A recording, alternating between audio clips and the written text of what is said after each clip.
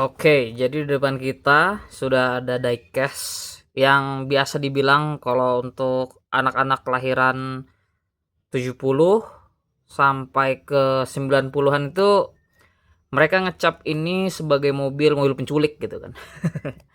Jadi kalau di sinetron-sinetron atau film-film zaman dulu itu penjahatnya itu pasti pakai mobil ginian gitu kan, sama ada dark history juga biasanya kalau mobil yang begini datang ke satu daerah terpencil gitu, ya itu pasti stigmanya ya punya niat jahat gitu.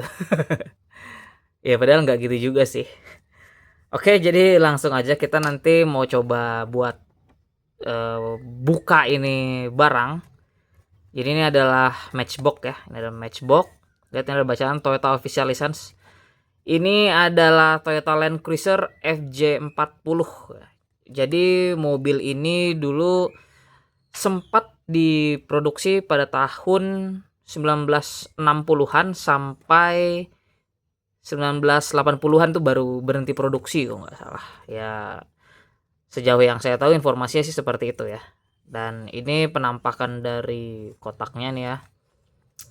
Untuk matchbox yang tipe ini memang dia kayak mau ngurangin produksi ini, produksi kemasan gitu ya. Karena biasanya matchbox itu dia ini pakai blister-blister plastik gitu ya. Pokoknya sama kayak Hot Wheels lah. Dan seingat saya matchbox ini yang pertama nih yang membuat kemasan mengurangi ya namanya plastik-plastik gitu. Jadi ada tuh matchbox yang seri moving part juga tapi pakai satu bahan yang dari daur ulang gitu kan. Oke, tanpa basa-basi lagi kita coba buka diecast-nya ini. Kita akan sayat lewat atasnya. Sebenarnya sih nggak usah disayat juga nggak apa-apa ya, cuman saya mau rapi aja gitu. Oke, kita sayat lagi. Sayat lagi. Des. Lemnya lumayan kuat juga ya. Saya rencananya mau pakai aseton cuman malas. Karena ini bukan yang blister gitu. Nah, langsung terobek aja gini. Oke.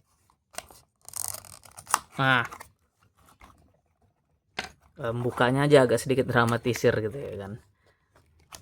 Jadi ini penampakannya. Jadi di dalam dia juga ada plastik lagi. Ini plastik minyak dong ya kan. Tapi oke lah. Oke. Matchbox masih dua lapis pula. Nah, ini mobilnya. Gila ya, mantep bener. Oke, ini penampakan dari samping. Flagnya mantap ya. Jadi kalau matchbox ini dia kecenderungannya lebih realistis ya kalau bikin mobil. Dia nggak mau ada mobil-mobil fantasi gitu. Dan ini untuk bagian belakangnya.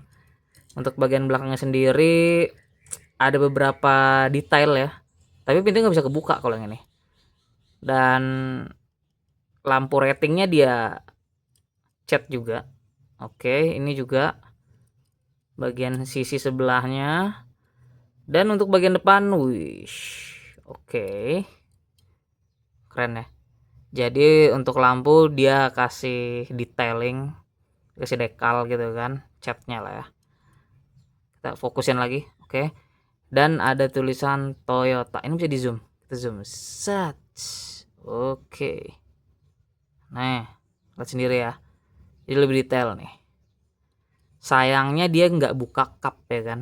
Padahal dia lebih bagus kalau dia kasih fitur cupnya yang bisa kebuka. Nah untuk ini dia kebukanya itu di pintu ya. Kita tes buka dulu.